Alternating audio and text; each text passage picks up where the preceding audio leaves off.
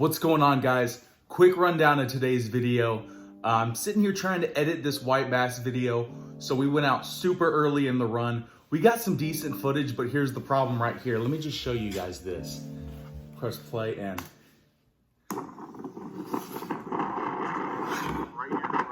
listen to that. Super windy day, not gonna be able to work with it. So basically what we did is we went out, this was early, probably early to mid-January. So the run had just begun and we just wanted to get out there and see if anything was going on in these creeks. It's always really better to get out there early than late because you never know where the white bass are, what they're doing. Every single year these creeks change, you know. If you have a big rain come through, then you get a bank wiped out or you get that deep hole filled in with sand. So it's always good to get out there and just check out the creek, you know, scout it a little bit, mark some of those deep holes on your GPS, do whatever. And that's basically what we did. We just went out there, walked the creek, threw into some spots that we knew were good from last year, and we actually did end up catching some fish. So that's what we were doing in this video, just walking the creeks, checking it out, scouting it out from last year. Last year was when I found a mess of these white bass. I was not filming, but this is the spot that I was at when I just loaded up and basically caught my limits here. So a couple tips when you're finding these white bass. I always look for bends and creeks, and if you can, find a deep hole directly in front of some super shallow like rapids or something. Because what those white bass will do is they'll sit in that deep hole and they'll kind of build their strength and get ready, and then they'll jet up that shallow water. So right below the shallow water in a deep hole is a great location to find schools of white bass. Look at the banks. That's another big tip I have. If you see a bank that's kind of going like this into the water, most likely under the water, it's gonna keep doing that. But if you find a bank on the side that's going like this or even straight down, you know there's gonna be some deep water underneath it. So that's another good tip I have for you guys. Look for steep banks. That's probably gonna mark some deeper water underneath it and potentially a nice school of white bass. What else? Bends and creeks. Bends and creeks is a big one. So if you have the current flowing like this and it's cutting, right where it cuts and hits that wall, it's gonna go down and kind of create a pocket of deeper water right there.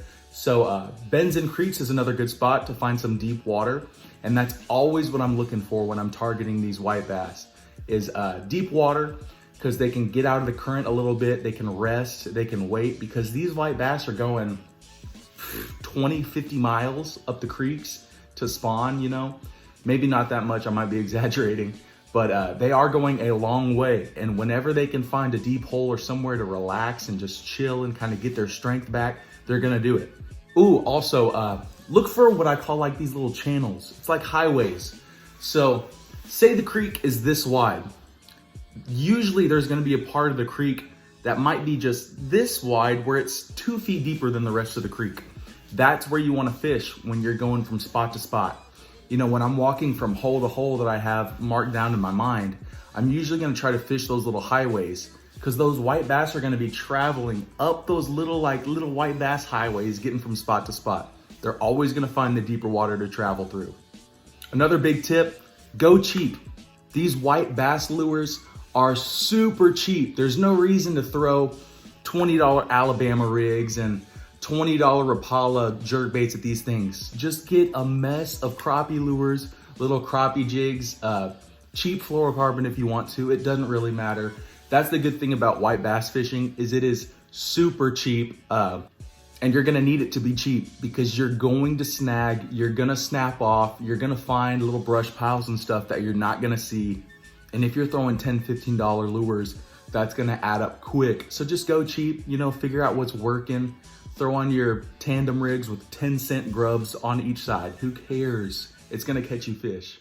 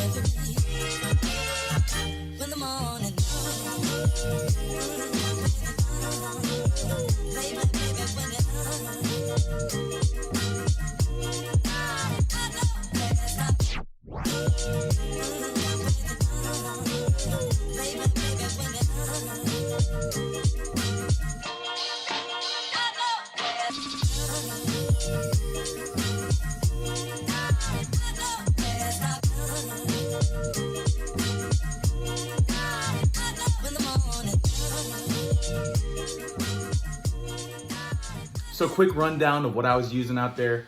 This is just a Lew's, it's called the Wally Marshall Speed Shooter. It's just a nice little crappie rod. It's about 6 foot, just using like 6 to 8 pound. I think this is actually 6 pound fluorocarbon, no stretch, great for white bass. And then the most important thing is just a small little microlight spinning reel with a good drag system. You know, you could hook into just one small white bass. You could hook into a double of 2 pound white bass. You never know. So it is very important to have a good small microlight spinning reel. This right here, I just found on Sierra Trading Post. It was a good deal. It's like a $120 reel I got for like 30 or 40 bucks. It's called like the Cheeky Sidro. Yeah, Cheeky Sidro 1500. Absolutely phenomenal reel. I've been blown away with it so far. Super surprised at the results I've gotten from this. I do suggest it if you want to check into it. And then one thing I do suggest having when you're out, especially if you're wade fishing for these white bass, because you do have to walk a long ways down these creeks and stuff, just get you a small, cheap little backpack. This is like 10, 15 bucks. I got it at Academy, it's a Magellan. And then what I do is I just take one of these boxes out of my tackle boxes and load it up with white bass lures. This is kind of what I have in here right now. So we got your rooster tails, all your little swim baits, jigs, grubs, whatever you want to call them. And then I got a couple jig heads, spoons. I even have a little popper in here just in case. You never know what's going to happen. But my absolute favorite lure that I found last year at Walmart, I saw it on the shelf and I was like, dude, this thing looks good. Looks promising for white bass. These are the ones I have in my bag right now. I think H&H makes one as well, but this is a TTF Killer Shad rig. It's just basically a little spec rig. Check this thing out. These things have worked fantastic for me. Last year I tried tying my own tandem rigs. You know, it's really time consuming and they do work, but I just figured, you know what, I'll try this out, and I started smoking them with it. And since then, I've basically exclusively thrown these things for white bass. You know, if we have super muddy water, I'll throw on like a small rattle trap, rooster tail, something to put off some sound vibration. Anyways, that's enough of me talking. Hope you guys enjoy the video. Hopefully I gave you some good tips so you can go out there and replicate this yourself. More videos coming. I'm actually going out right after I'm filming this, and I'm gonna try to get on some white bass. Subscribe to my channel. It really does help me out. Thank you guys so much and enjoy the video.